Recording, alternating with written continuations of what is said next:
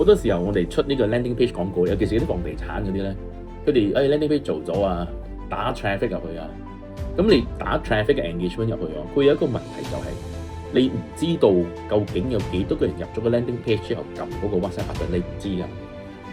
OK， 咁點樣可以 track 到佢咧？就係、靠呢兩樣嘢，靠一個叫做 base code，靠做 event code。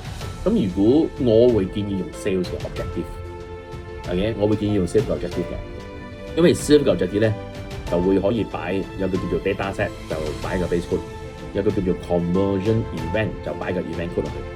咁譬如講而家我哋 check 嗰啲叫做填個 form 嗰啲人，我哋咪去訂 page 咯。咁我將個訂 page set 為呢個 complete registrations， 咁咪幾多個人，我咪知道幾多個人填咗 form 入去咯。